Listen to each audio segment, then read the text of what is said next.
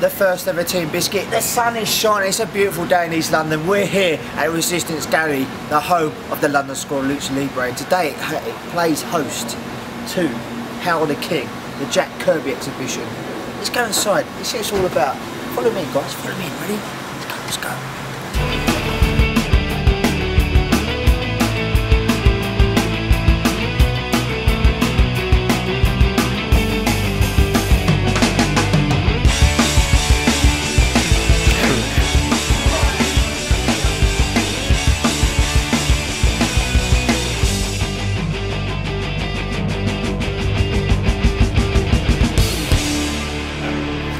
So I'm here the owner of the Resistance Gallery, my good friend Gary Randall. How are you today, mate? Hello, mate. You alright? Tea and Biscuit. Tea and Biscuit, mate. Yeah, Tea and Biscuit.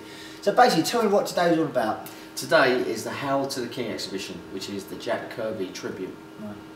Jack Kirby is the most prolific and probably the most important artist of the 20th century, whether you know it or not.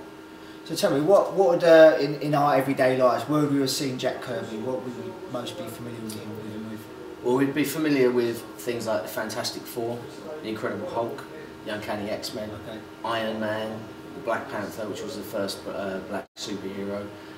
Jack Kirby's influence runs wide and deep and runs wild through the whole of the art world, through the whole of the cinema world and through the whole of everyone's lives, because, you know, where would we be without superheroes?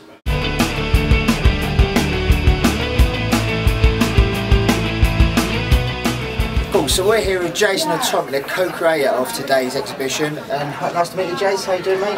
I'm doing very well, thank you. Awesome. Well done. Congratulations for today. Start off with. Thanks a lot. Basically, tell us about what gave you the idea to do this exhibition. Basically, it's quite a convoluted tale. I came down to the Resistance Gallery a couple of years ago, and after an afternoon of beer drinking, and turned up for a free sake party.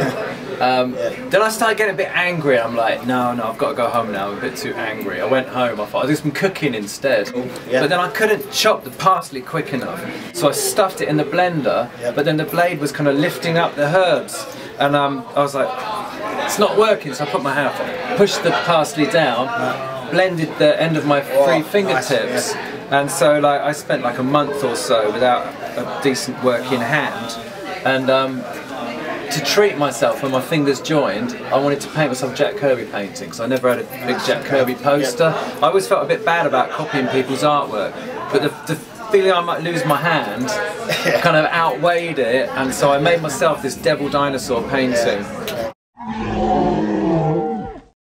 One of Kirby's creations, he conceived, wrote and drew Devil Dinosaur for Marvel Comics, and this is a hybrid of Jason Atomic's own style and Jack Kirby's style, which you can clearly see.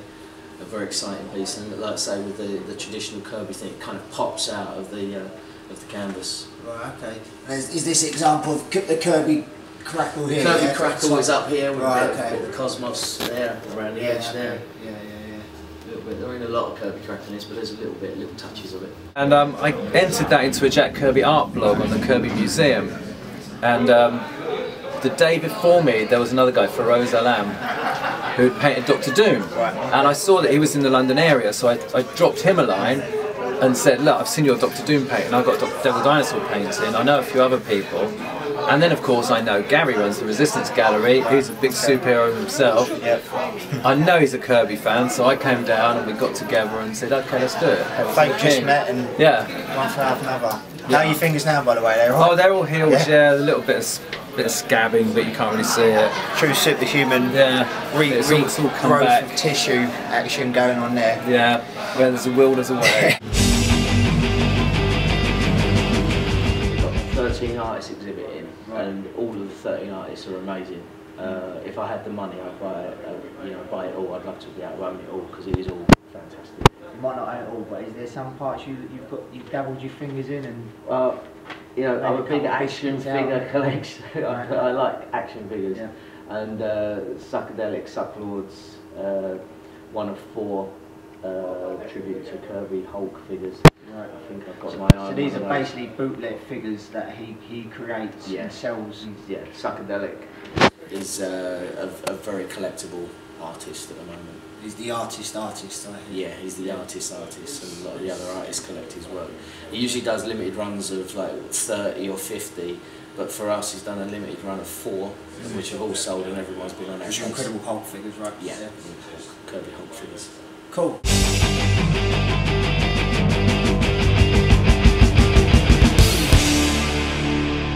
What kind of inspiration has he been? Personally, yeah, I would say Jack Kirby is massively important to me. I would say he's my favourite artist of the 20th century. I like Picasso and Dali and those guys as well, but Kirby's the one that really speaks to me. I really understand.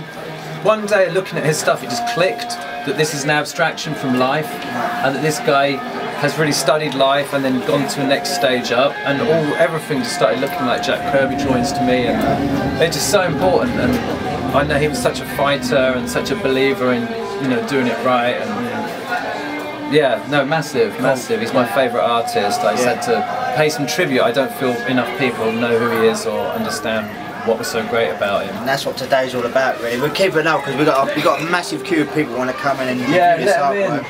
So, last question. Yeah. What do you think Jack Kirby would make of today's action comic book movies that are out there? Like, we've got Captain America coming out and Thor coming out this month.